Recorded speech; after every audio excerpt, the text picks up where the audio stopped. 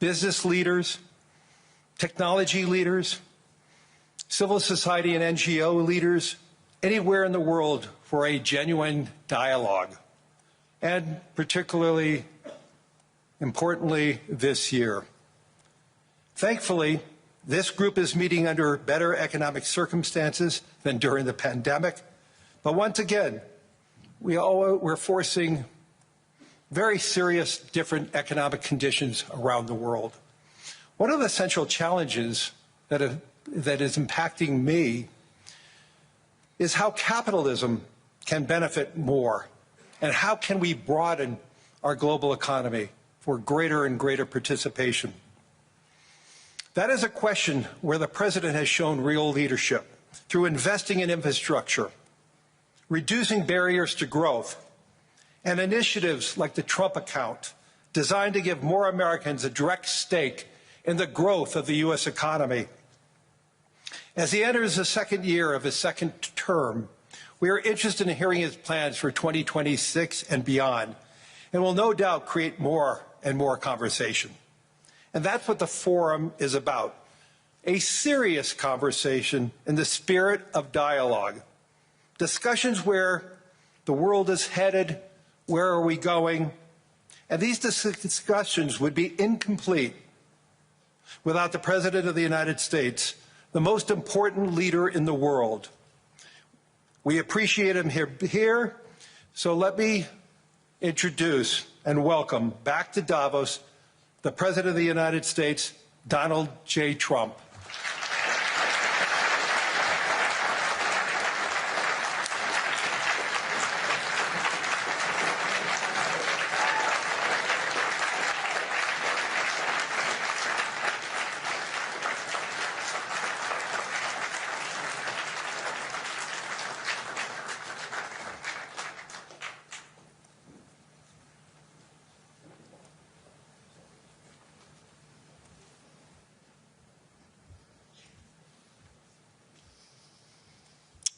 Well, thank you very much, Larry. It's great to be back in beautiful Davos, Switzerland, and to address so many respected business leaders, so many friends, few enemies,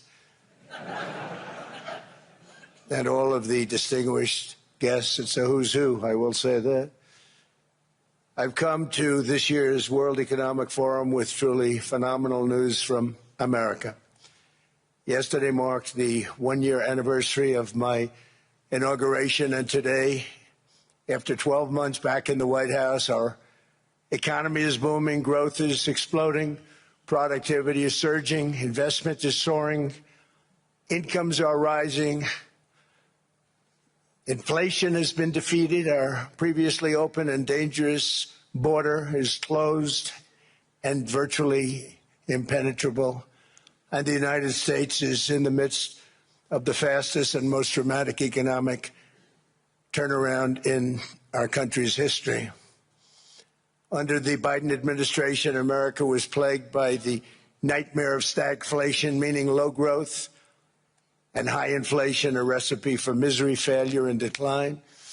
But now, after just 1 year of my policies, we are witnessing the exact opposite: virtually no inflation and extraordinarily high economic growth.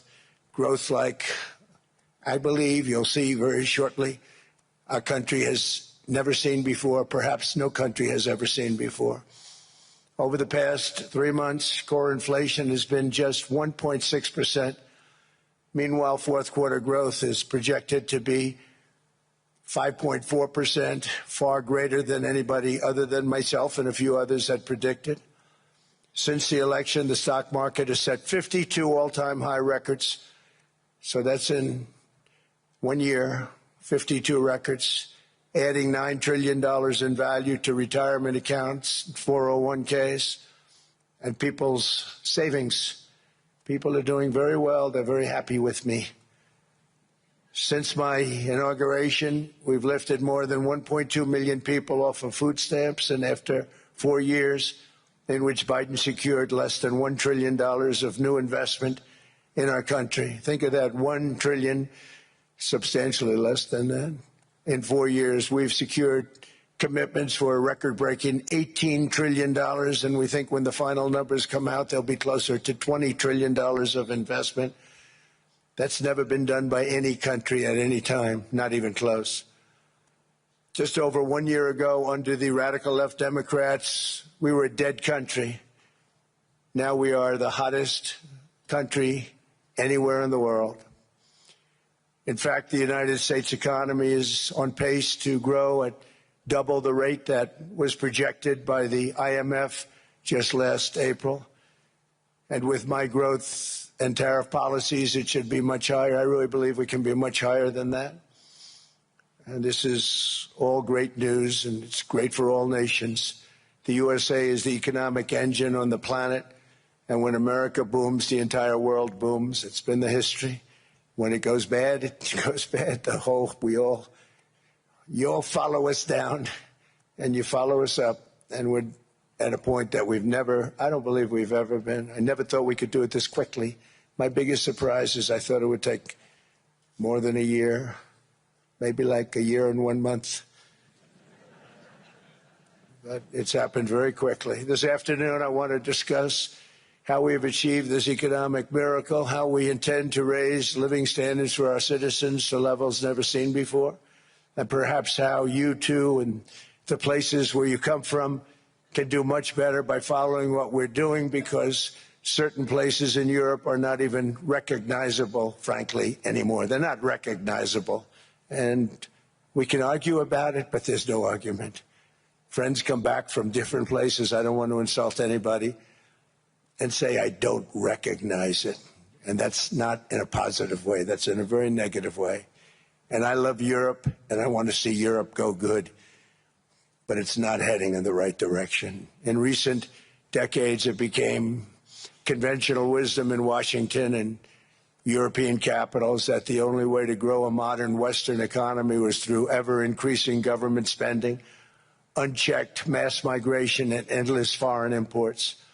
The consensus was that so-called dirty jobs and heavy industry should be sent elsewhere, that affordable energy should be replaced by the Green New Scam, and that countries could be propped up by importing new and entirely different populations from faraway lands.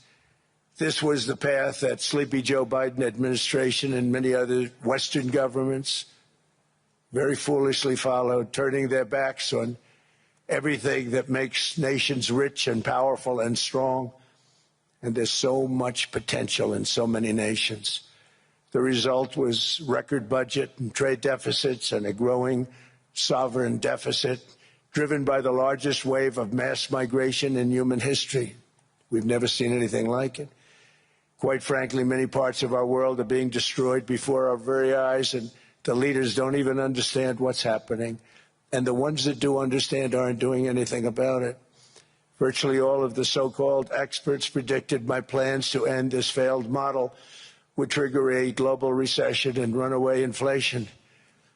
But we have proven them wrong. It's actually just the opposite. In 1 year, our agenda has produced a transformation like America has not seen in over 100 years. Instead of closing down energy plants, we're opening them up. Instead of building ineffective, money-losing windmills, we're taking them down and not approving any. Instead of empowering bureaucrats, we're firing them, and they're going out and getting jobs in the private sector for 2 and 3 times what they were making in government. So they started off hating me when we fired them, and now they love me. Instead of raising taxes on domestic producers, we're lowering them and raising tariffs on foreign nations to pay for the damage that they've caused. In 12 months, we have removed over 270,000 bureaucrats from the federal payrolls, the largest single-year reduction in government employment since the end of World War II. Nobody thought that was coming, but we had no choice. To make a country great, you can't have all federal jobs. We've cut federal spending by $100 billion and slashed the federal budget deficit by 27% in the single year. It's going to go down quite a bit more from that. driving inflation way down from the record highs of the Biden administration. Every month, they went up and up and up. I promised to cut 10 old regulations for every single new regulation, but instead I've cut, actually, till this point, 129 regulations for every one new regulation approved. So every time they come in with a new regulation, we do at least 10, but so far it's averaging out to 129, if you can believe it. In July, we passed the largest tax cuts in American history, including no tax on tips, no tax on overtime, no tax on Social Security for our great seniors.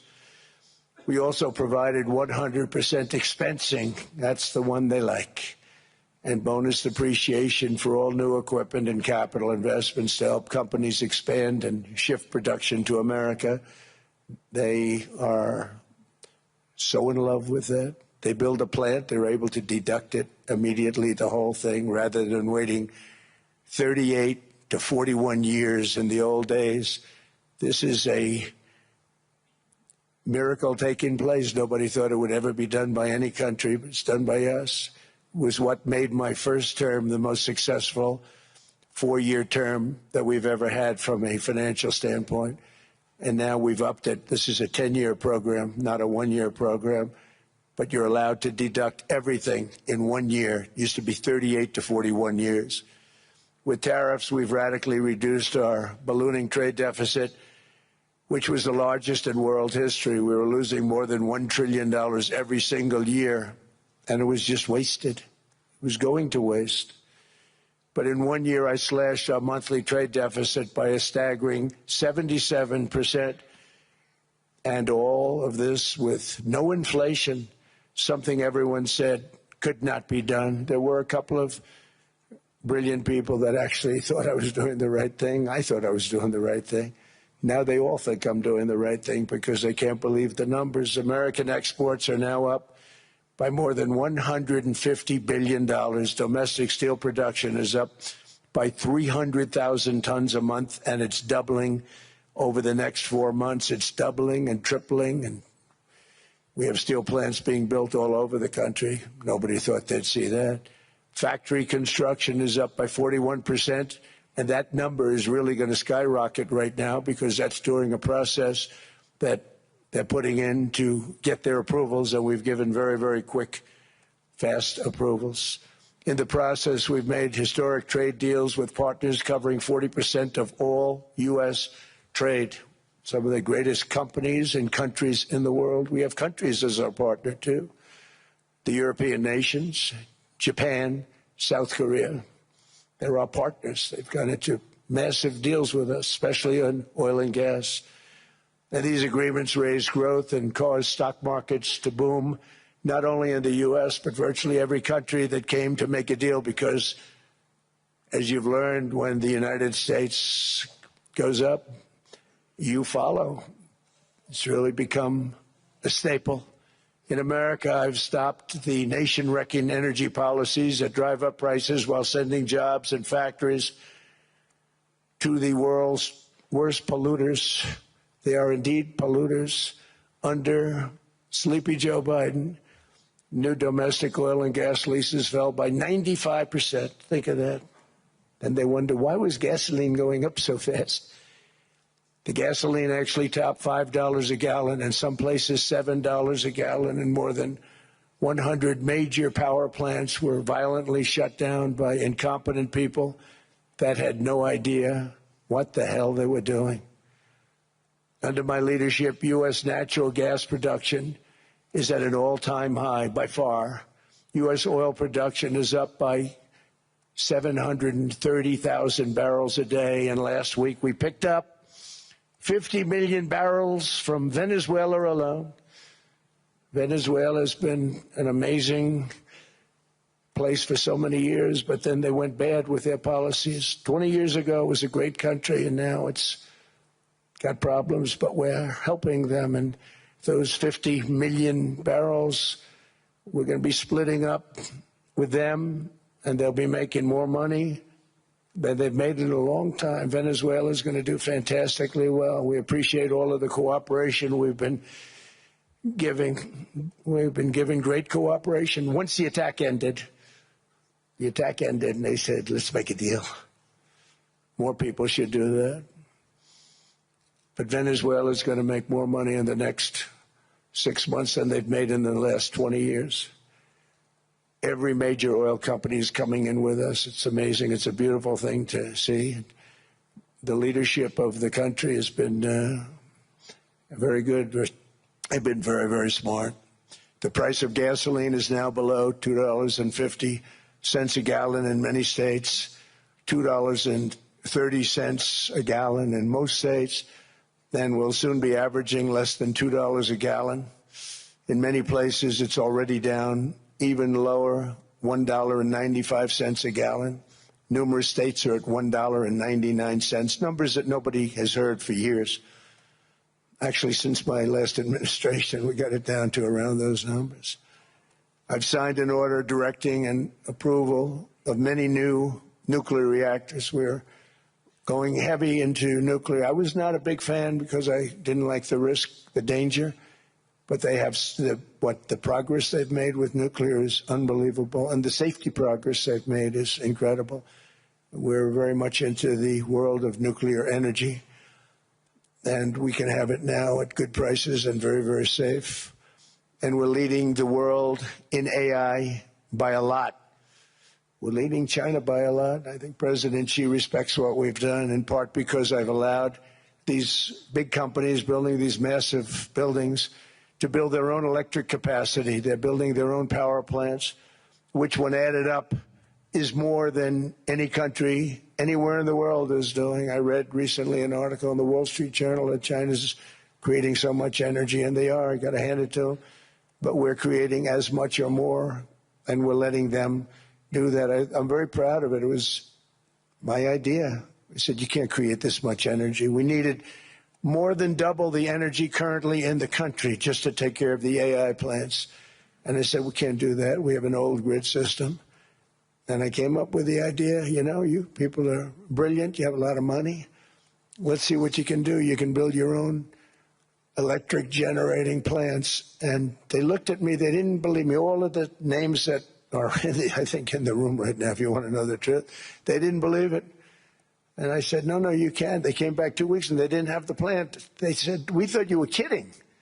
I said, no, not only am I not kidding, you're going to have your approvals within 2 weeks. I always say nuclear will take 3 weeks. But most aren't going that. They're going oil and gas. They're even going coal in some cases. Because of my landslide election victory, the United States avoided the catastrophic energy collapse which befell every European nation that pursued the Green New Scam, perhaps the greatest hoax in history. The Green New Scam, windmills all over the place, destroy your land, destroy your land. Every time that goes around, you lose $1,000. You're supposed to make money with energy, not lose money. Here in Europe, we've seen the fate that the radical left tried to impose on America. They tried very hard. Germany now generates 22% less electricity than it did in 2017. And it's not the current chancellor's fault. He's solving the problem. He's going to do a great job. But what they did before he got there, I guess that's why he got there. And electricity prices are 64% higher. The United Kingdom produces just 1/3 of the total energy from all sources that it did in 1999. Think of that, 1/3. And they're sitting on top of the North Sea, one of the greatest reserves anywhere in the world, but they don't use it. And that's one reason why their energy has reached catastrophically low levels with equally high prices. High prices, very low levels. Think of that, 1/3. And you're sitting on top of the North Sea, and they like to say, well, you know, that's depleted. It's not depleted. It's got 500 years. They haven't even found the oil. The North Sea is incredible. They don't let anybody drill. Environmentally, they don't let them drill. They make it impossible for the oil companies to go. They take 92% of the revenues. So the oil companies say, we can't do it. They came to see me. Is there anything you can do? I want Europe to do great. I want UK to do great. They're sitting on one of the greatest energy sources in the world, and they don't use it. In fact, their electricity prices have soared 139%. There are windmills all over Europe. There are windmills all over the place, and they are losers. One thing I've noticed is that the more windmills a country has, the more money that country loses and the worse that country is doing. China makes almost all of the windmills, and yet I haven't been able to find any wind farms in China. Did you ever think of that? It's a good way of looking at it. They're smart. China is very smart. They make them, they sell them for a fortune. They sell them to the stupid people that buy them, but they don't use them themselves. They put up a couple of big wind farms, but they don't use them. They just put them up to show people what they could look like. They don't spin. They don't do anything. They use a thing called coal, mostly. But China goes with the coal. They go with oil and gas. They're starting to look at nuclear a little bit, and they're doing just fine. They make a fortune selling the windmills, though, and I think really that's one that they wouldn't be surprised if it stopped. They are shocked that it continues to go. They're very friendly with me. They're shocked that people continue to buy those damn things. They killed the birds. They ruin your landscapes. Other than that, I think they're fabulous, by the way. Stupid people buy them. The consequences of such destructive policies have been stark, including lower economic growth, lower standards of living, lower birth rates, more socially disruptive migration, more vulnerability to hostile foreign adversaries, and much, much smaller militaries. The United States cares greatly about the people of Europe. We really do. I mean, look, I am derived from Europe. Scotland and Germany, 100% Scotland, my mother, 100% German, my father.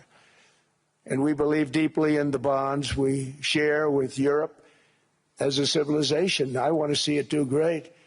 That's why issues like energy, trade, immigration, and economic growth must be central concerns to anyone who wants to see a strong and united West, because Europe and those countries have to do their thing. They have to get out of the culture that they've created over the last 10 years. It's horrible what they're doing to themselves. They're destroying themselves. It's beautiful, beautiful places.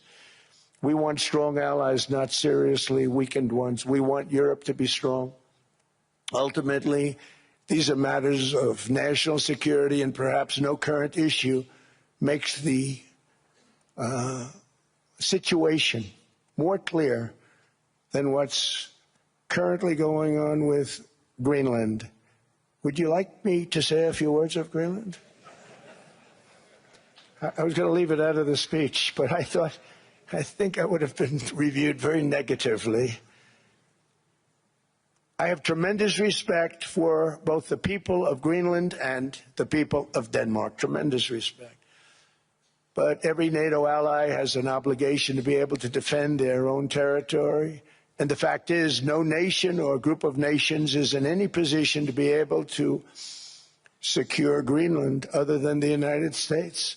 We're a great power, much greater than people even understand. I think they found that out 2 weeks ago in Venezuela.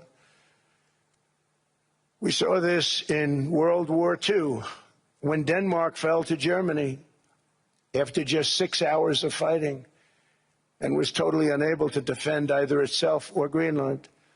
So the United States was then compelled, we did it, we felt an obligation to do it, to send our own forces to hold the Greenland territory, and hold it we did at great cost and expense.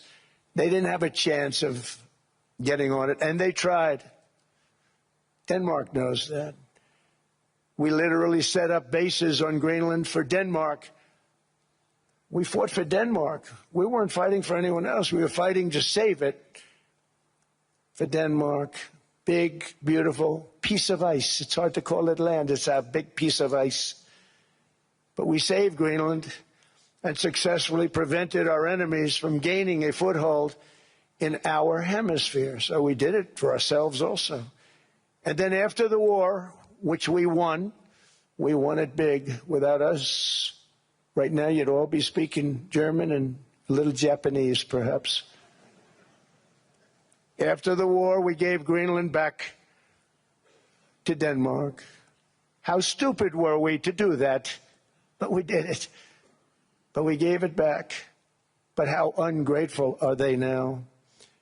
So now our country and the world face much greater risks than it did ever before because of missiles, because of nuclear, because of weapons of warfare that I can't even talk about. 2 weeks ago, they saw weapons that nobody ever heard of. They weren't able to fire one shot at us. They said, what happened? Everything was discombobulated. They said, we've got them in our sights. Press the trigger, and nothing happened. No anti-aircraft missiles went up. There was one that went up about 30 feet and crashed down right next to the people that sent it. They said, what the hell is going on? Those defensive systems were made by Russia and by China. So they're going to go back to the drawing boards, I guess. Greenland is a vast, almost entirely uninhabited and undeveloped territory. It's sitting undefended in a key strategic location between the United States, Russia, and China. That's exactly where it is, right smack in the middle. Wasn't important nearly when we gave it back. You know, when we gave it back, it wasn't the same as it is now. It's not important for any other reason, you know, everyone talks about the minerals. There's so many places. There's no rare earth, no such thing as rare earth. There's rare processing, but there's so much rare earth. And to get to this rare earth, you got to go through hundreds of feet of ice. That's not the reason we need it. We need it for strategic national security and international security. This enormous unsecured island is actually part of North America, on the northern frontier of the Western Hemisphere. That's our territory. It is therefore a core national security interest of the United States of America. And in fact, it's been our policy for hundreds of years to prevent outside threats from entering our hemisphere, and we've done it very successfully. We've never been stronger than we are now. That's why American presidents have sought to purchase Greenland for nearly 2 centuries. You know, for 2 centuries they've been trying to do it. They should have kept it after World War II, but they had a different president. That's all right. People think differently. Much more necessary now than it was at that time, however. In 2019, Denmark said that they would spend over $200 million to strengthen Greenland's defenses. But as you know, they spent less than 1% of that amount. 1%. There's no sign of Denmark there. And I say that with great respect for Denmark, whose people I love, whose leaders are very good. It's the United States alone that can protect this giant mass of land, this giant piece of ice, develop it and improve it and make it so that it's good for Europe and safe for Europe and good for us. And that's the reason I'm seeking immediate negotiations to once again discuss the acquisition of Greenland by the United States, just as we have acquired many other territories throughout our history, as many of the European nations have. They've acquired. There's nothing wrong with it. Many of them, some went in reverse, actually, if you look. Some had great, vast wealth, great, vast lands all over the world. They went in reverse. They're stuck back where they started. That happens too. But some grow. But this would not be a threat to NATO. This would greatly enhance the security of the entire alliance, the NATO alliance. The United States is treated very unfairly by NATO. I want to tell you that. And when you think about it, nobody can dispute it. We give so much and we get so little in return. And I've been a critic of NATO for many years. And yet I've done more to help NATO than any other president by far, than any other person. You wouldn't have NATO if I didn't get involved in my first term. The war with Ukraine is an example.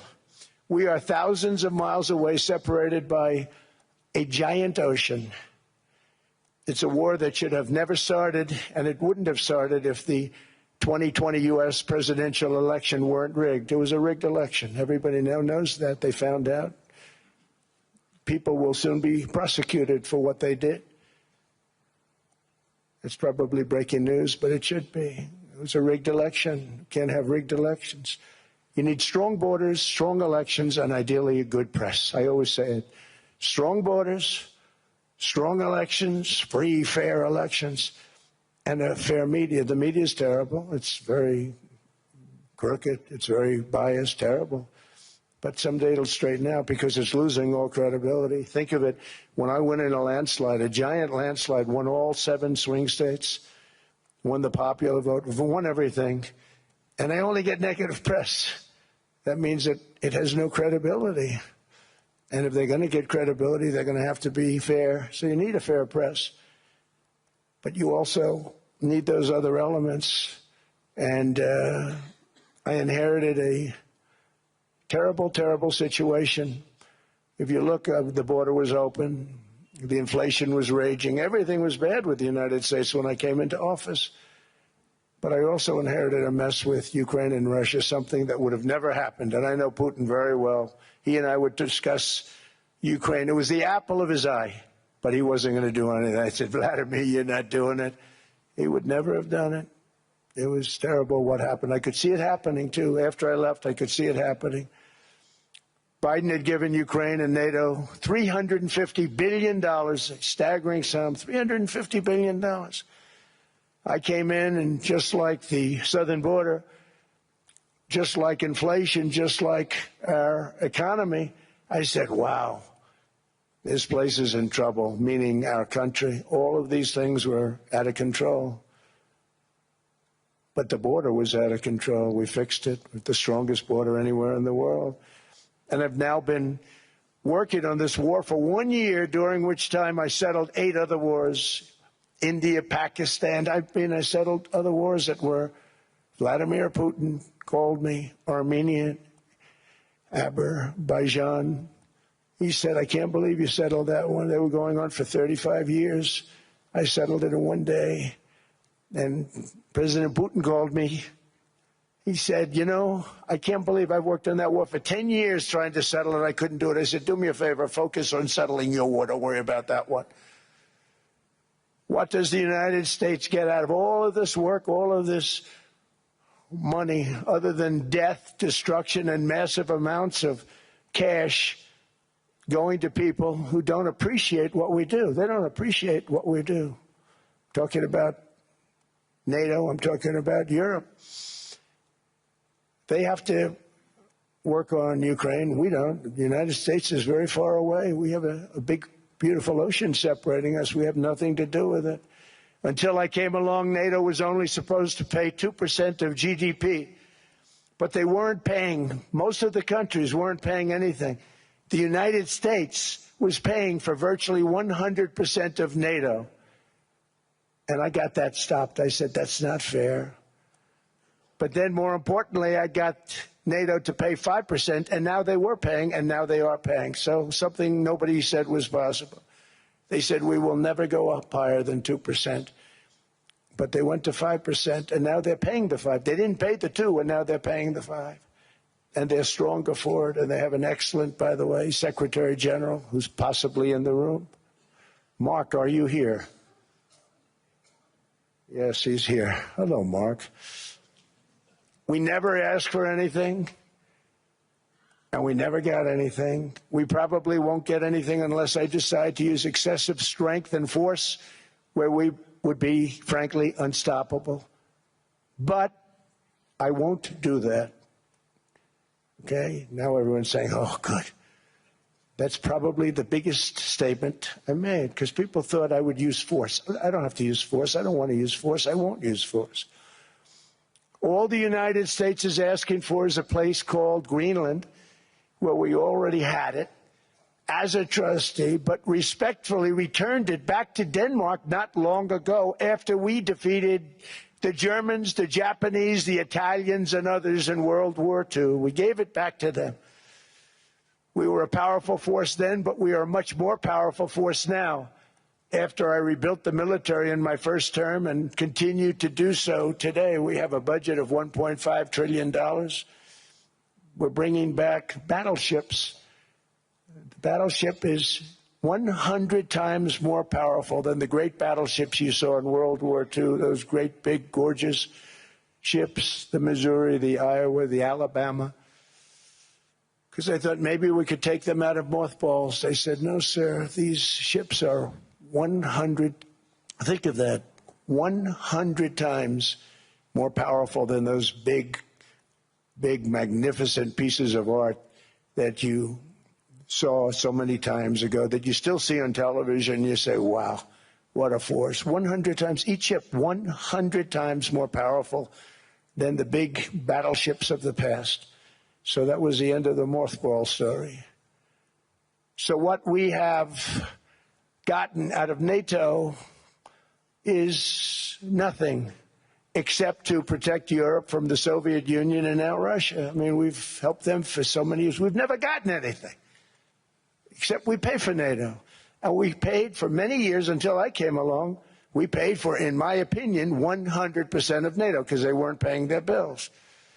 And all we're asking for is to get Greenland, including right title and ownership, because you need the ownership to defend it. You can't defend it on a lease.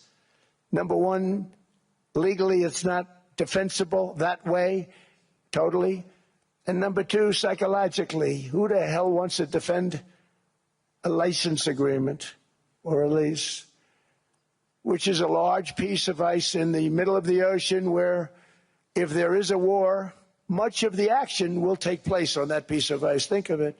Those missiles would be flying right over the center of that piece of ice. All we want from Denmark for national and international security and to keep our very energetic and dangerous potential enemies at bay is this land on which we're going to build the greatest golden dome ever built. We're building a golden dome that's going to, just by its very nature, going to be defending Canada. Canada gets a lot of freebies from us, by the way. They should be grateful also, but they're not. I watched your Prime Minister yesterday. He wasn't so grateful.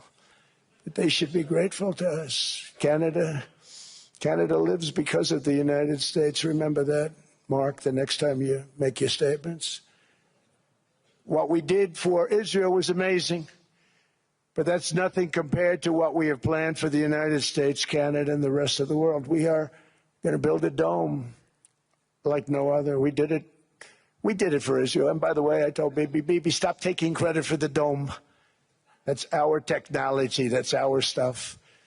But they had a lot of courage, and they were good fighters, and they did a good job, and we wiped out the Iran nuclear threat like nobody can believe.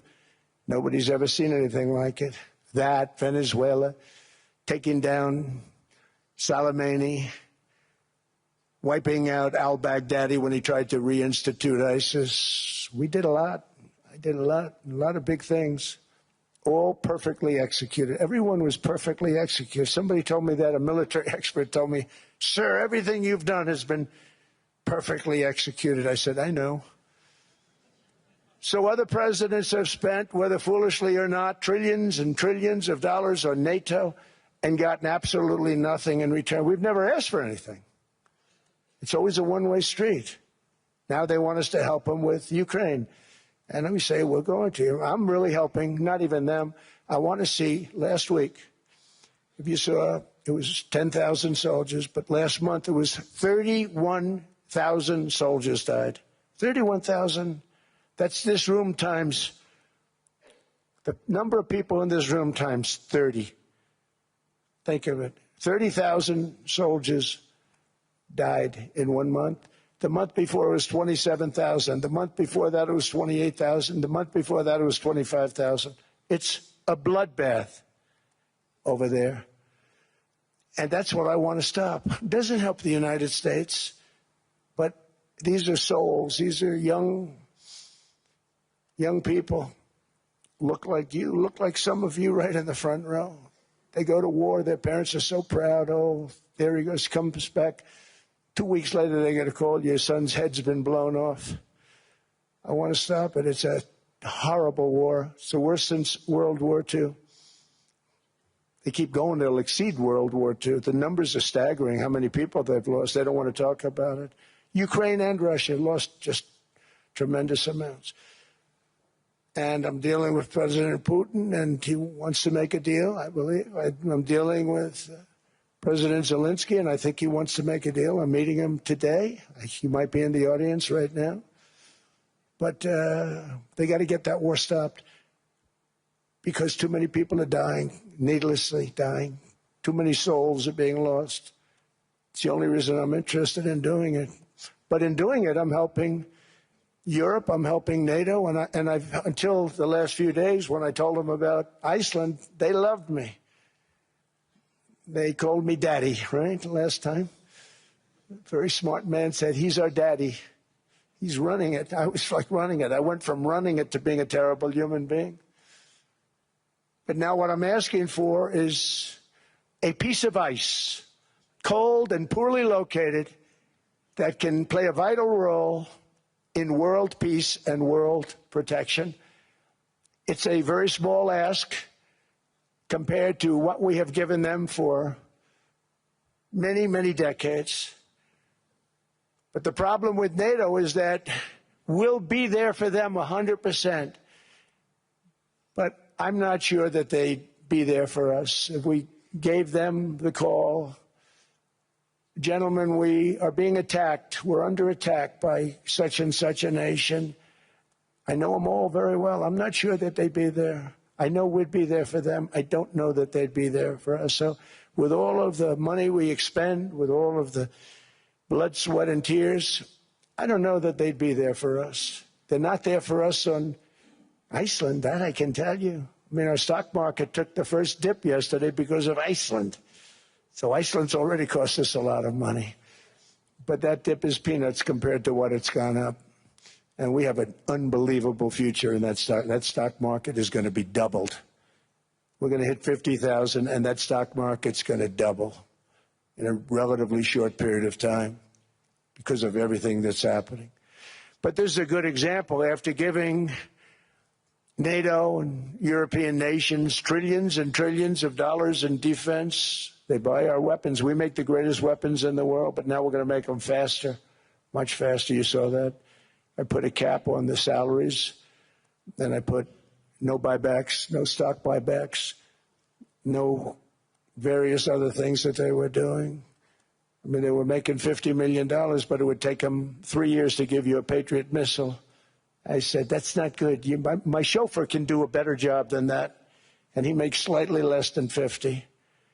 They make big salaries. If they're going to make those big salaries, they're going to have to produce a lot faster. The good news is we have the greatest equipment in the world. Now we're going to start making it a lot faster. They're going to build additional plants. And all of the money that goes into stock buybacks is going to go into building plants. We're not allowing stock buybacks by defense companies any longer. They're going to build new plants to make Tomahawks, Patriots. We have the best equipment, F-35s. F-47, the new one just coming out. They say it's the most devastating plane, fighter jet ever. Who knows? They called it 47. If I don't like it, I'm going to take the 47 off it. I wonder why they called it 47. We'll have to think about that. But if I don't like it, I'm going to take that 47 off. But it's supposed to be the Stage 6. It's supposed to be the first Stage 6 plane, undetectable, like our B-2 bombers were undetectable. They flew right over Iran. They were undetectable. And they did their job, and they got the hell out of there.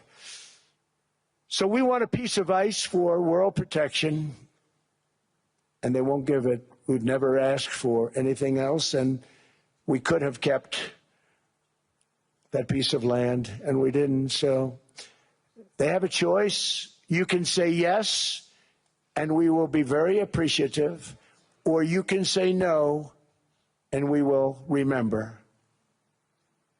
A strong and secure America means a strong NATO, and that's one reason why I'm working every day to ensure our military is very powerful, our borders are very strong, and above all, our economy is strong because national security requires economic security and economic prosperity, and we have the greatest that we've ever had. Biden and his allies destroyed our economy, and gave us perhaps the worst inflation in American history. They say 48 years, I say forever, but I think 48 years is the equivalent to forever. Whether it's 48 years or ever, it's terrible, costing the typical family $33,000. What they did to this country should never, ever be forgotten. It's early, but he has to be rated as the worst president we've ever had by far. The auto pen did much of the damage. The auto pen, he was the auto pen president, because I don't believe a sane president would have ever signed the kind of things that he signed. But now grocery prices, energy prices, airfares, mortgage rates, rent, and car payments are all coming down, and they're coming down fast. We inherited a mess, but we've done a hell of a job in 12 months. Under my most favored nation policy for drug prices, the cost of prescription drugs is coming down by up to 90%, depending on the way you calculate. You could also say 5, 6, 7, 800%. There are two ways of figuring that. But we have a favored nations policy that every president wanted, no president was able to get. I got it, and other nations approved it. And I had to use tariffs in order to get it because they said, no way. In other words, a pill that costs 10% in London costs $130. Think it costs $10 in London, costs $130 in New York or in Los Angeles. And I'd say, boy, that's bad. Friends of mine would say, you know, we go to London, you can buy the stuff for nothing. We go all over the world, we can buy it for nothing. Because basically America was subsidizing every nation in the world. Because presidents allowed them to get away with it. It became very tough. So when I called up Emmanuel Macron, I watched him yesterday with those beautiful sunglasses. What the hell happened? But I watched him sort of be tough. But he was at $10 for a pill. And I said, Emmanuel, and I have all the big pharmaceutical companies are in total agreement. It wasn't easy, by the way. They're tough, smart. They've been getting away with the scam for a long time. But they gave it up. But they said, you'll never get the countries to approve it. I said, why is that? Because they won't. They always said, we're not paying any more. Get the rest for the United States. So over the years, they stayed the same. We just went up, up, up. And I mean, we would pay 13, 14, 15 times more than certain countries would. So I said, no, they'll approve it 100%. Sir, you'll never get them to approve it. I said, I guarantee you. But I actually started with Emmanuel, who probably is in the room too. And I like him. I actually like him. Hard to believe, isn't it? And I said, Emmanuel, you're going to have to lift the price of that pill to $20, maybe $30. Think of that. That means it's a doubling of prescription drugs. Might be a tripling, might be a quadrupling. It's not easy. No, no, no, Donald, I will not do that. I said, yes, you will, 100%. He said, no, no, no. You're asking me to double. I said, Emmanuel, you've been taking advantage of the United States for 30 years with prescription drugs. You really should do it, and you will do it. I have no doubt. In fact, I am 100% sure you're going to. No, no, no, I will not do it. Because, yes, in all fairness to him, he has to double or triple. Because the world being a bigger place than the United States, it's not that you meet in the middle. You just have to go up some, and we come down a lot. They go up a little, we come down a lot. So we're at $130. They're at 10. So they may have to go to 20 or 30. No more than that. I said, Emmanuel, you're going to be doubling or tripling? No, no, no. I said, here's the story, Emmanuel. The answer is you're going to do it. You're going to do it fast. And if you don't, I'm putting a 25% tariff on everything that you sell into the United States and a 100% tariff on your wines and champagnes. And that's about 10 times more than what I'm requesting. And you're going to do it. I don't want to go public with it, but you may make me do that. No, no, Donald, I will do it. I will do it. It took me, on average, 3 minutes a country, saying the same thing. You will do it. They all said, no, no, no, I will not do it. You're asking me to double the cost of prescription. I said, that's right, because you've been screwing us for 30 years. And they said, we will not do it. I said, that's all right. On Monday morning, we're putting a 25, 30, 50. I gave different numbers for different countries. This is also national security we're talking about. Not fair. We're not going to subsidize the whole world. And every one of those countries have agreed to do it. So one of the biggest things that I've done is the fact that we have now most favored nation. We will pay whatever the lowest price is in the entire world. So our drug prices are going to be coming down by staggering 90%. Again, you could say 1,000%, 2,000%. Depends on the way you want to figure it, but we'll go with the way the fake news likes it better because it sounds, can you imagine a 90% reduction sounds much worse. But drug prices are going to be coming down tremendously in all the nations, and I appreciate them doing it, but they did it, in all fairness, without tariffs. I wouldn't have been able to get it done. After declining $3,000 under Biden, real incomes are up in the United States by $2,000, $3,000, and even $5,000 and more. Home ownership has always been a symbol of health and vigor of American society, but that goal fell out of reach for millions and millions of people in the Biden era because interest rates went up so high. Today, I'm taking action to bring back this bedrock of the American dream. In recent years, Wall Street giants and institutional investment firms, many of you are here, many of you are good friends of mine, many of you are supporters. Sorry to do this, Joe, I'm so sorry. But you've driven up housing prices by purchasing hundreds of thousands of single-family homes, and it's been a great investment for them. Often as much as 10% of houses on the market. You know, the crazy thing is a person can't get depreciation on a house. But when a corporation buys it, they get depreciation. Okay, that's something we're going to have to think about, too. I don't know if too many people think about that. You buy a corporation, they buy 500 houses. They buy hundreds of thousands. They buy 500 houses. They can take depreciation. A person sweats and works and buys one house, they can't. But homes are built for people, not for corporations, and America will not become a nation of renters. We're not going to do that. That's why I have signed an executive order banning large institutional investors from buying single-family homes. It's just not fair to the public. They're not able to buy a house. And I'm calling on Congress to pass that ban into permanent law, and I think they will. One of the biggest barriers to saving for a down payment has been surging credit card debt. The profit margin for credit card companies now exceeds 50%, one of the biggest. And they charge Americans interest rates of 28%, 30%, 31%, 32%. Whatever happened to usury?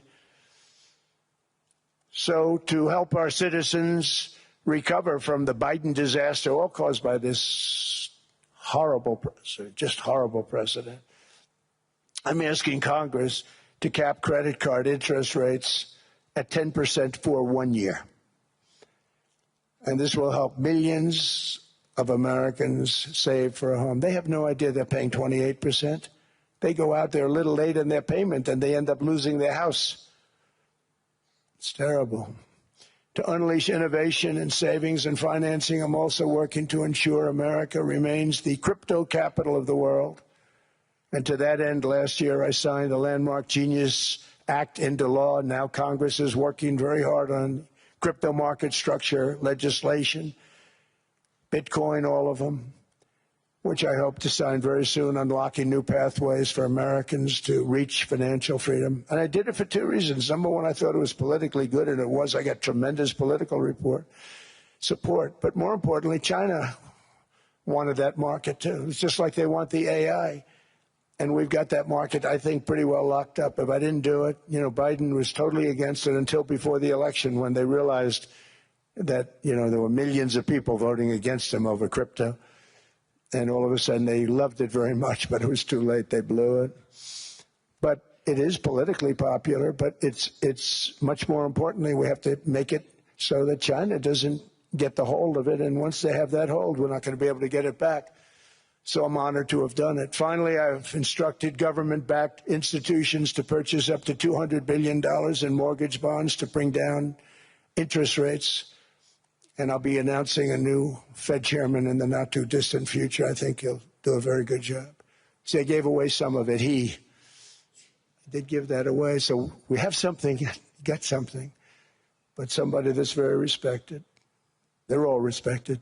They're all great. Everyone that I interviewed is great. Everyone could do, I think, a fantastic job. Problem is they change once they get the job. They do.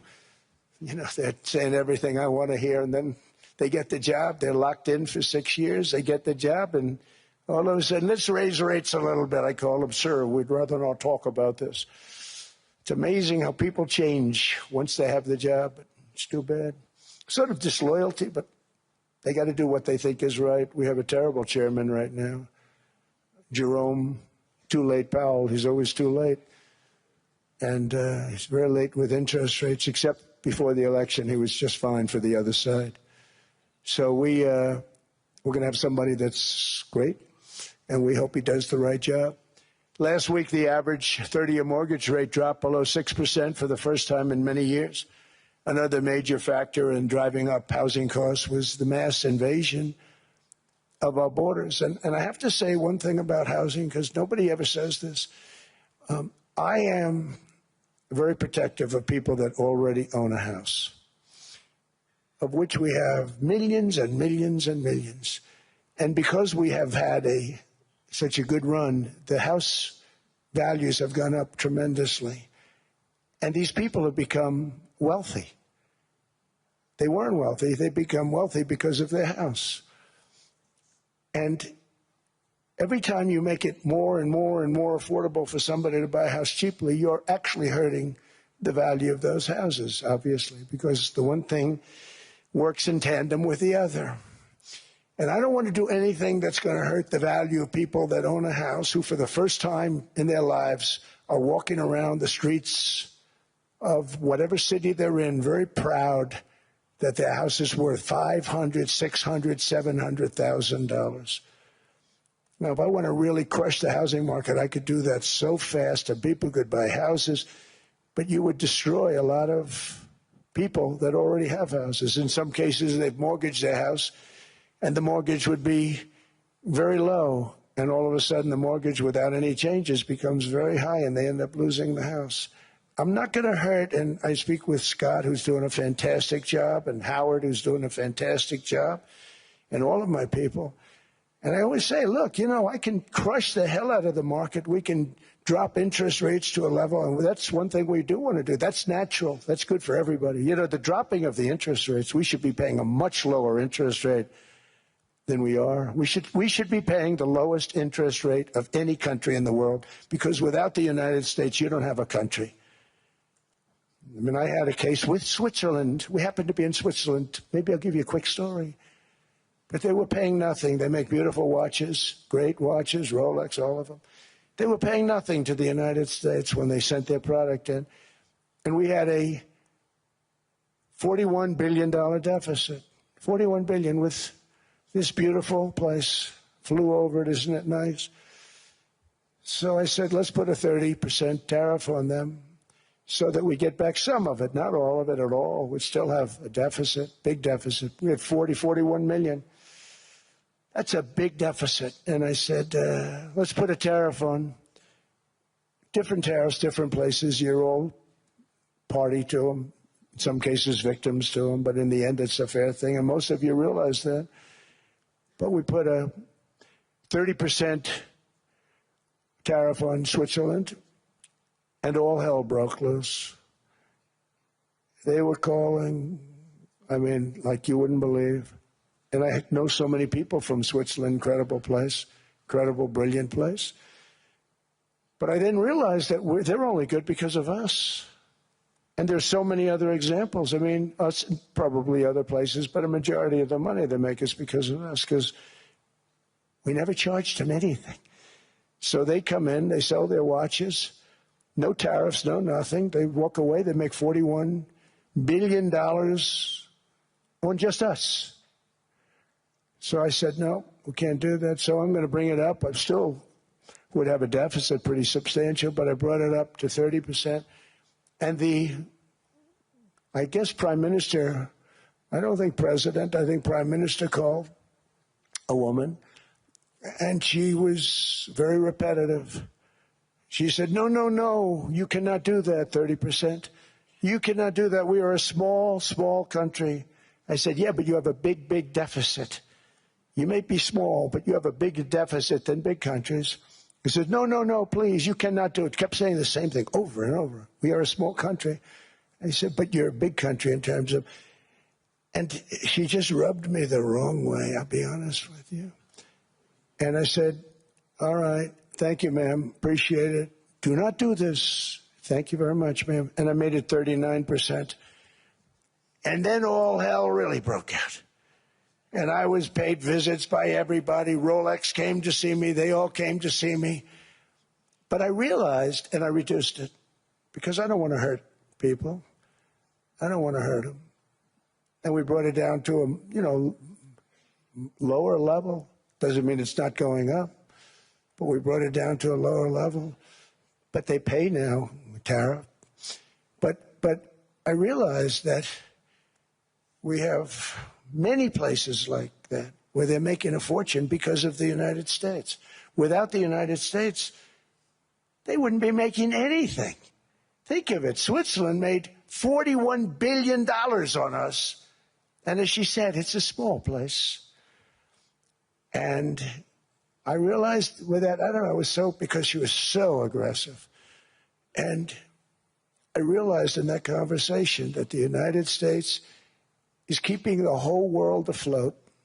Many places, I could give you 6, 7 places just in the people in this little area. I know every one of them. They're looking down. They don't want to see me, and they don't want to stare me in the eyes. But they're taking advantage of, everybody took advantage of the United States. But I've been very fair, and I gave them a tariff, and it was fine. But I realized that without us, it's not Switzerland anymore. Without us, it's not any of the countries that are represented here. And we want to work with the countries. We want to work with them. We're not looking to destroy them. I could have said 39, 40%. I could have said I want a 70% tariff, then we make money with Switzerland. But Switzerland would have been probably destroyed, financially destroyed. I don't want to do that. But we should be paying the lowest interest rate of everybody. I hope Scott's listening to this, because we should be paying the lowest interest rate of everybody. Without us, most of the countries don't even work. And then you have the protection factor. Without our military, which is the greatest in the world by far, without our military, you have threats that you wouldn't believe. You wouldn't believe. You don't have threats because of us, and that's because of NATO. One other thing, and I have to say it so importantly, in the old days, and I used to say I'm the youngest in the room. Now I'm among the older. I hate to say it. I don't feel old, but I'm among the older. But I remember not long ago, 20, 25 years ago, when good news came out about, let's say, the United States. The United States had a great quarter. The United States had a great month. All the stocks went up. And that's the way it's supposed to be.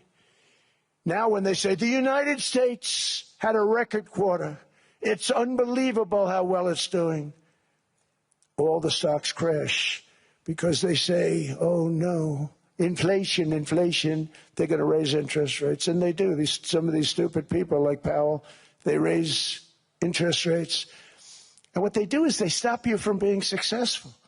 It used to be when we had a great quarter, a great month, great earnings, great anything, any good news, the stock market went up. That's the way it's going to be. We got to do that again because that's the way it should be. Now when we have a great month, they want to kill it.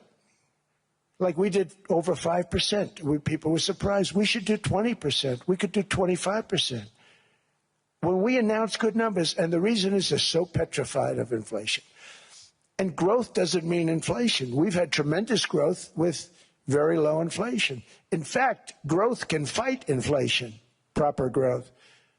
So we want to get back to the days when we announced great numbers, because we're going to be announcing phenomenal. You know, all these factories that are being built at record, thousands of businesses are being built right now. Remember, $18 trillion is invested. I think the second number is 3, and that was China many years ago. Investments in the country from outside. 18 trillion, nobody's ever seen. And that's money coming in and building things, factories. Thousands of businesses are being built, thousands. Hundreds of big factories, car plants are moving back to the United States. They're coming in from Canada, they're coming in from Mexico, from Japan. Japan's coming in and building plants here in order to avoid tariffs. They're coming in from China, they're coming in from all over the world. We have more plants being built now, car plants, than we've ever had built, even in the heyday from the 1940s and 50s. And they're bigger. They don't use renovations anymore where they take an old plant, they rip it down, they build a brand new plant, super modern plant. But it's happening at levels that nobody's ever seen. In 2024, the U.S. built less than 2 million new homes, but Biden admitted more than 8 million new migrants. And those days are over. In 2025, for the first time in 50 years, the United States had reverse migration. Boy, that was nice. And these were criminals that were being taken out of our country because they allowed people to come into our country from jails, from gangs, drug dealers, murderers. 11,888 murderers. We've gotten most of them out. And then ICE gets beat up by stupid people from leadership in Minnesota. We actually are helping Minnesota so much, but they don't appreciate it. Most places do. You know, Washington, D.C. is the safest place now in the United States. It was a very dangerous place to walk, and now you can walk with your wife, your kids, right through the middle of the city. Right now, Washington, D.C. is as safe as it gets. It was one of the most unsafe, I had to admit. We sent in the military, the National Guard. Within 2 months, it was great. Within 3 months, it's like a really great place and a safe place and a beautiful place. It's even been cleaned up. The graffiti's gone. The fences are gone. We don't have to worry about fences anymore. All of the places, the grasses are cut and replaced with new grass in many cases. It's all going to happen in the spring. But Washington and D.C. is beautiful again, and it's safe. New restaurants are opening up. They're all closing.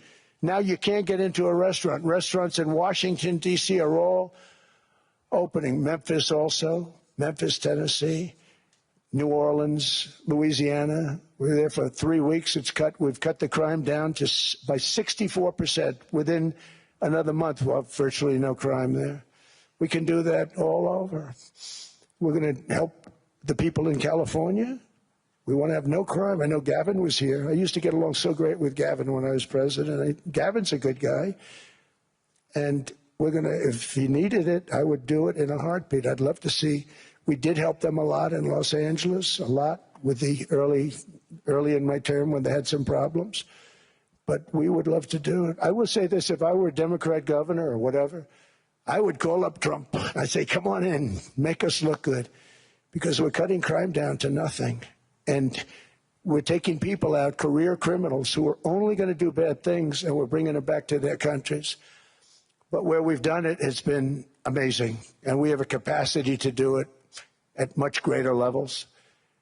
We're cutting illegal aliens off welfare and other government benefits, and I have directed that starting immediately, there will be no more payments to sanctuary cities, because they are really just sanctuaries for criminals. They're really protecting criminals, and those are the ones we have to get out of the country. Murderers, drug dealers, the mentally insane. They emptied their mental institutions into the United States. And despite that, we have the lowest crime numbers that we've ever had in the history of the country. Just came out. But equally importantly, we're cracking down on more than $19 billion in fraud that was stolen by Somalian bandits. Can you believe that Somalian? They turned out to be higher IQ than we thought. I always say these are low IQ people. How did they go into Minnesota and steal all that money? And we have, you know, they're pirates. They're good pirates, right? But we shoot them out of the water just like we shoot the drug boats out. They're not pirating too many boats lately, do you notice? When they go out into those boats, they want to take over a $1.5 billion tanker loaded up with oil.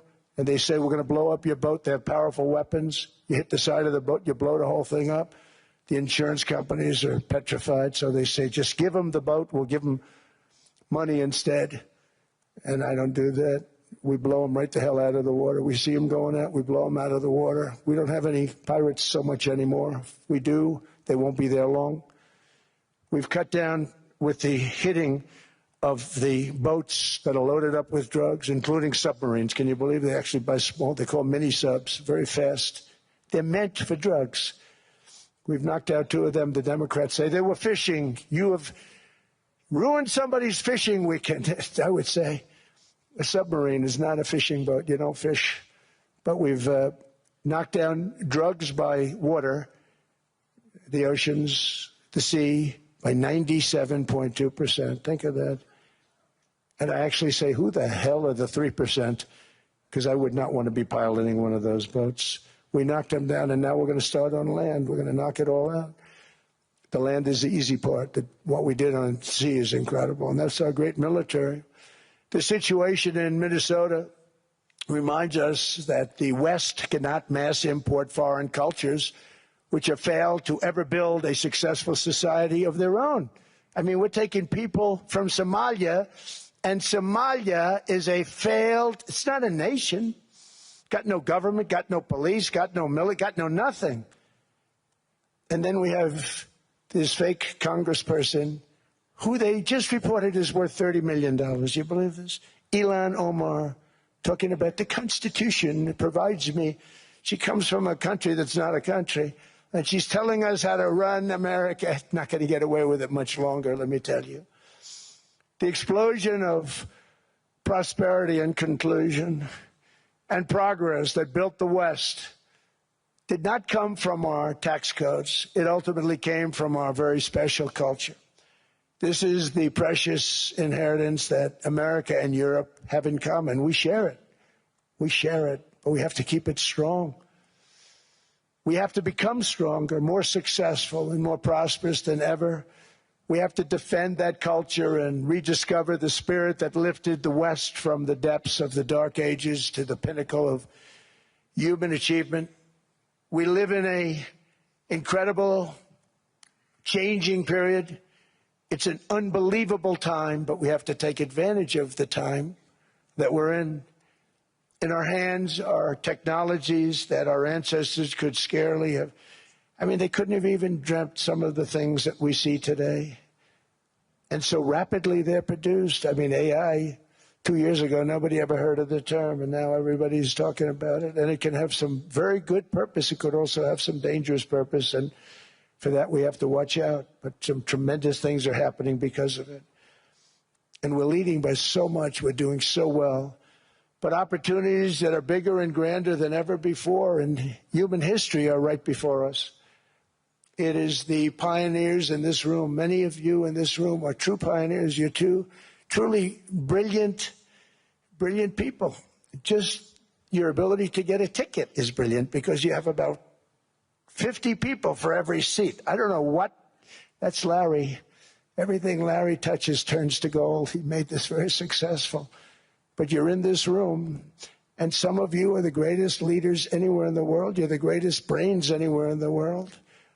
And the future is unlimited, and to a large part because of you, and we have to protect you, and we have to cherish you. I always say we have to cherish our brilliant people because there aren't many of them. So together with confidence, boldness, and persistence, let us lift up our people, grow our economies, defend our shared destiny, and build a future for our citizens that is more ambitious, more exciting, more inspiring, and greater than the world has ever seen. We're in a position to do things that nobody else has ever even thought of before. And many of the people in this room are the ones that are doing it, and I want to congratulate you, and I'm with you all the way. You can do things that nobody else can even think about. So I congratulate you on your tremendous success.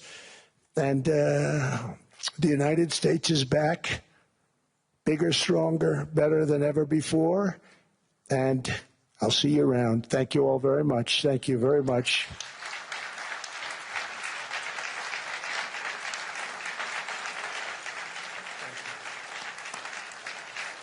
Thank you.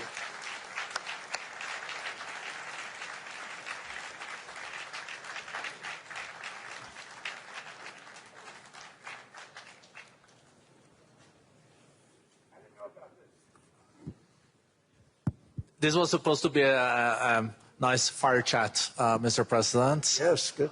I got set up. No, I did know. You made the job for the moderator really easy. Thank you, Mr. President, for your speech. I do have a few follow-up questions, if it's okay. Sure. I don't think I should start with Greenland, maybe. I'll start with the economy. The U.S. economy is doing really, really well. But how to sustain this growth moving forward? Because there's always a recession looming around the corner. Well, you know, the one thing about economies and recessions is sometimes you get hit unexpectedly and there's nothing you can do about it. All brilliant people, but there's nothing. One example was COVID.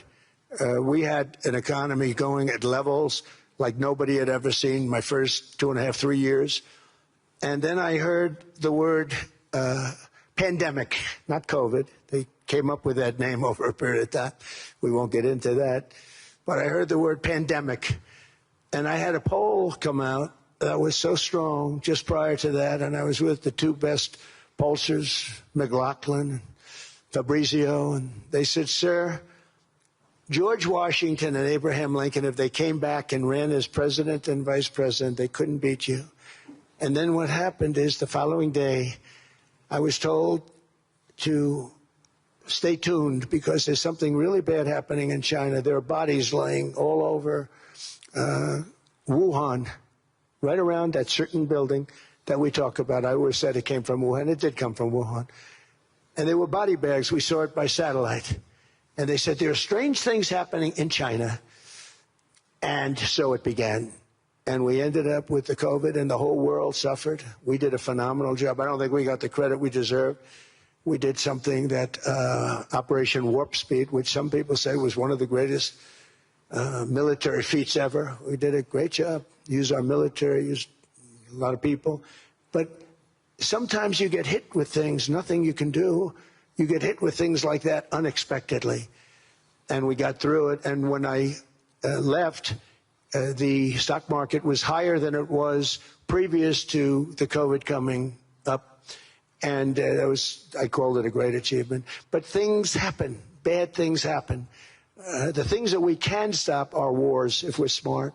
That we can stop. Those are a matter of being intelligent and having intelligent people on the other side. Because wars are the worst of all. Wars are worse than anything. But we can stop wars because that's sort of up to us. But things like dust flying in the air, wherever COVID comes from or whatever comes, sometimes you have to be a little bit lucky. But we are poised to have an economy like no other, not only in this country, but anywhere. And you know, when you hear the kind of numbers that I can tell you that Scott Bessent was with me the other day, and he's looking at numbers. He said, I can't. And that's all he's done his whole life, pretty much your whole life. Scott, you weren't going to be a football player, I don't think. Scott was not that great at football, but he was always good at numbers, right? And he was looking at numbers. He said, I've never seen anything like this. We're poised to do things that no other country has ever done. And, you know, luck, I hate to say it, but we need a little luck. We don't want to get hit by something that nobody could have thought. Whoever thought we were going to hit by a pandemic? You know, when I heard the word pandemic, I said, oh, that's an ancient problem. World War I, they lost 100 million people. It actually ended World War I. A lot of people don't know. The Spanish flu in World War I ended the war because all the soldiers were sick. The soldiers were so sick on both sides, and that war was raging, and they were all dying from the Spanish flu. They were sick as dogs. They couldn't fight. So, you know, you don't know how that would have turned out. But so we do, I mean, subject to that, and I always have to put a caveat in for it, but we're poised to have the greatest growth of any large country, I think any country that there's been. When you look at what's happening in the United States, it's really amazing. Thank you. One thing that maybe keeps you up at night, I know you don't sleep that much anyway, Mr. President, is the debt. The U.S. debt is high, is now the biggest expenditure on your budget. How to get out of that impasse? Well, the big thing is growth. I mean, growth is the way. If we grow like this, we go from having at $37 trillion, we go from having high debt to low debt. But we also are cutting expenses, you know, the old-fashioned way. We have extraordinary growth. I think we're going to be growing our way out. I think we're going to be paying off debt. We're taking in tremendous money from tariffs fairly. And again, I'm using them judiciously. You know, Switzerland's a case study. I could have gotten much more. I could have asked for much more. But we're using them judiciously. But I think growth, most importantly, and then cutting costs. Now, if you take a look at Minnesota, $19 billion in fraud and other things. People going to airports, they came into the country, they don't have 10 cents, and they're leaving with hundreds of thousands of cash in their bags. When we get to that, and our DOJ, Pam, and Todd, and all the people that work over there, and all of the people that work in here, I can tell you, Scott Bessent is working on that. It's a priority, right? You have your whole team. We're in there looking for where this money is coming from, how much it is. It could be more than $19 billion. Can you believe that? That's just one state. If we were able to cut out 50% of the fraud, 50%, and we should be able to do better than that, we would have a balanced budget without having to talk about even growth. So we have a lot of options, but we're working very hard on that. That's a big deal. It's not just the protests, the fake protests done by agitators and, you know, professional insurrectionists. That's what they are. They're professional troublemakers. But we are looking very strong at the money, too, in Minnesota and other places. I think, Mr. President, also the $500 billion invested in artificial intelligence and the frontier technologies last year also were driving growth exponentially in the U.S. Well, AI has been a big factor. AI is massive. I mean, Mark Zuckerberg showed me a plant where he put it over a map of Manhattan, and it was basically the size of Manhattan. This is not, I said, you got to be kidding. It's a plant that was miles long, miles wide, very high. I don't think it was as high like the Empire State Building, but it was high. And it literally covered most of the island of Manhattan. That's called a big plant. And, you know, when I heard they're going to spend $50 billion building it, I said, you know, if you spend $50 million, you can build a nice little shopping center. If you spend $500 million, you can build a good shopping center. But how do you spend $50 billion? When I looked at this thing, I said, you think you'll be able to do it for that? It's amazing when, you know, some of the plants that I see, and I see them all. And again, so big as we're letting them build their own electric generation. This way we have no problem. And otherwise they'd be complaining. There'd be nobody able to, but, you know, we have an old grid system. And not only that, they're going to sell at a very cheap price the excess electricity that they create back into our grid. So that'll solve some problems for certain states that don't have enough electricity. We also know that on the AI, there is fierce competition between the U.S. as the largest economy in the world, 27% of the global GDP and 5% of the global population, not doing that badly, and China. And we know that that competition is very tough on AI. I know you're heading to a state visit to China in April. How do you see the U.S.-China relationship moving forward? Are you able to combine this tough competition with also collaboration? So I've always had a very good relationship with President Xi and with President Putin. Talk about, you know, the larger powers. But I've always had a very good relationship with President Xi of China. He's an incredible man. What he's done is amazing. He's highly respected by everybody. And I do now. I mean, now I have good. It was very severely interrupted by COVID. I used to call it the China virus, but he said, do you think you could use a different name?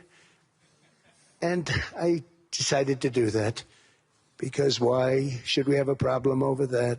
But I would do that, and they were. You're a true diplomat, huh? I became a diplomat for the first time. Well, you know who taught me that? Marco Rubio. Marco Rubio.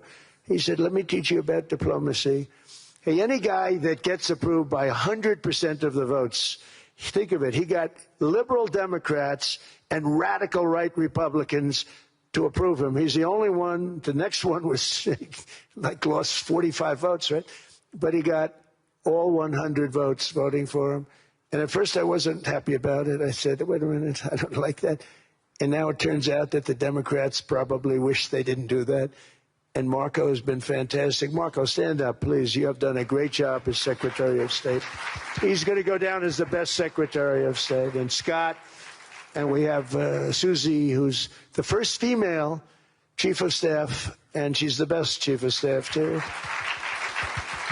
And I see Howard Lutnick, who I know spoke, and Howard's fantastic. Some of the deals we're doing are great. And I want to pay particular attention because we have Chris. And Chris, you got up and spoke, I think. He's the #1 oil man in the world, because I was going to put Doug Burgum, who's fantastic. I don't know if Doug's here. Is Doug here? Doug Burgum is fantastic. He said, sir, there's one man better than me. And he introduced me to Chris. And he turns out to be. So we're drilling more oil and gas now than we ever have by almost double. Is that right, Chris? And on top of it, we got a lot coming out of Venezuela. So anyway, so we're doing great. The country is just doing great. We have great people. Thank you. And I see other people. We have Steve Witkoff. We have Jared. I got so many people. I'm in trouble because when I go back, they're going to be people with long faces. Sir, you didn't introduce me. I got so many people. And we have a lot of the greatest people anywhere in the world. I know them all. So I won't continue because we'd be here all day. Thank you, Mr. President. We also know that you're a deal maker, and then maybe coming back to Greenland and Ukraine. What kind of deal in the end do you see between the U.S. And Denmark? Because, you know, I guess you see it now as a negotiation going on, or? Well, it's costing Denmark hundreds of millions a year to run it. And Denmark's a small country and wonderful people. But, you know, it's very expensive. It's a very big piece of ice. And it's very important. I mean, I don't want to repeat the speech, but it's very important that we use that for national and international security. That can create a power that will make it impossible for the bad guys to do anything against the perceived good ones. And it's a great block for Europe, just like, you know, Denmark was supposed to spend hundreds of millions of dollars. They didn't spend the money. They didn't spend anything, almost. And we'll see what happens. I just say this. NATO has treated the United States of America very unfairly. We never asked for anything. We never got anything. We actually took care of the needs of NATO for years and years, which I felt was always unfair. So I got NATO to pay because they're rich countries. But I think it's time that NATO step up. We're helping them with Ukraine. Without us, I think Putin would have gone all the way. I think we have it. I think there could have been a World War III, if you want to know the truth. If Kamala was elected, or Joe, any one of those, you know, those thinkers, I think you could have ended up in World War III. And I will say Steve Witkoff has been dealing incredibly with. But we're not going to have World War III. We want to get it stopped, but we're not going to have World War III. I think if I wasn't elected, I think that could have evolved into World War III. It was a very, very bad situation. And it still is, but it's not that kind of bad. It's bad because so many young people are being killed. How close do you think there is on an agreement on Ukraine? I had the pleasure of speaking with Steve Witkoff and Jared Kushner yesterday. I know they're working hard on it. I know that they're also traveling now. Do you see this very close or still? Well, I hate to say it. I thought that was going to be so. I settled 8 wars plus. And I thought that was going to be one of my easier ones. Not the easiest. Some I settled in a matter of hours because I'm good at that stuff. You know, the United Nations should be doing this. I shouldn't be doing it, but it doesn't matter. It's got to get done, saving a lot of lives. We're saving millions of lives. With Ukraine, Russia, there's tremendous hatred between President Zelensky and President Putin. That's not good. That's not good for settlements. We know from dealing. There's abnormal hatred. With that being said, I think Russia wants to make a deal. I think Ukraine wants to make a deal. And we're going to try getting a deal done. We're getting, I think, Steve, I think I can say that we're reasonably close. What happens is oftentimes we'll have a deal with Russia. Russia's set, and President Zelensky will not do it. You saw that when he was in the Oval Office. I was not happy. And then we'll have President Zelensky who wants to make a deal, and Putin doesn't want to make the deal. It's a very difficult balance, and it's big time, and it is, you know, to use a word, it's a bloodbath. It's horrible what's happening. It's a drone war. The drones are killing, you know, thousands of people a week, thousands. We have to get it stopped. So I believe they're at a point now. I'm going to meet with President Zelensky later today. I believe they're at a point now where they can come together and get a deal done. And if they don't, they're stupid. That goes for both of them. And I know they're not stupid. But if they don't get this done, they are stupid. So I don't want to insult anyone, but you got to get this deal done. Too many people are dying. It's not worth it. President Sisi is sitting on the first row here. He spoke earlier today and also complimented you on the Gaza deal. I think there will be a signing tomorrow. Of course, there are different views on this, but how important do you think this signing is on the board of peace? And do you think this is going to sustain? Do you think we now will see Gaza reconstructed and the billions of US dollars invested? I do. I mean, I think we have peace in the Middle East. There are some little situations like Hamas, and Hamas has agreed to give up their weapons. Now, you know, they were born with a weapon in their hand, so it's not easy to do. When they were born with a rifle in their hand. It's not an easy thing for them, but that's what they agreed to. They've got to do it. And we're going to know, Jared, over the next 2 or 3 days, certainly over the next 3 weeks, whether or not they're going to do it. If they don't do it, they'll be blown away very quickly. They'll be blown away. You know, we have 59 countries that are part of that whole peace deal. And some of those countries aren't even they're near the Middle East, but they're not in the Middle East traditionally. And they want to come in and take out Hamas. They want to come in. They want to do whatever they can. There's a problem with Hezbollah in Lebanon, and we'll see what happens there. But that's a problem.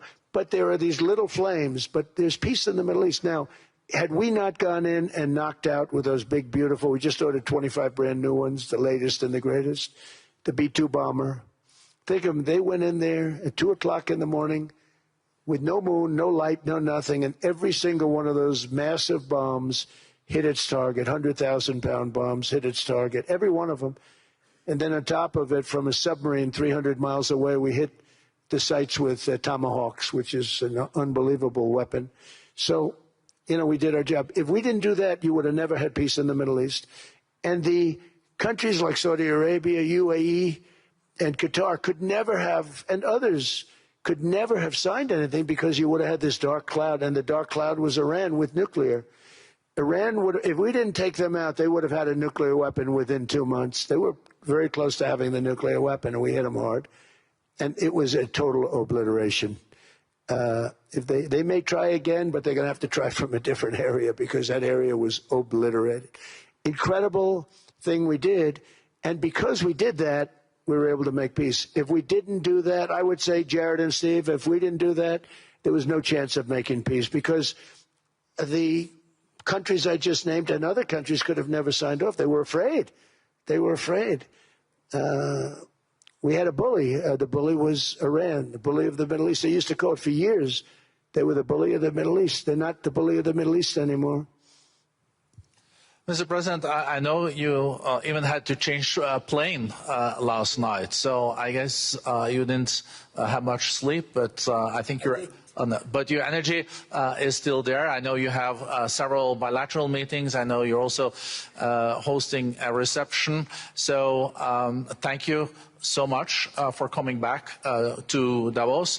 Thank you so much. It's highly appreciated. Well, thank you very much. Thank you, everybody, very much. Thank you. Thank you.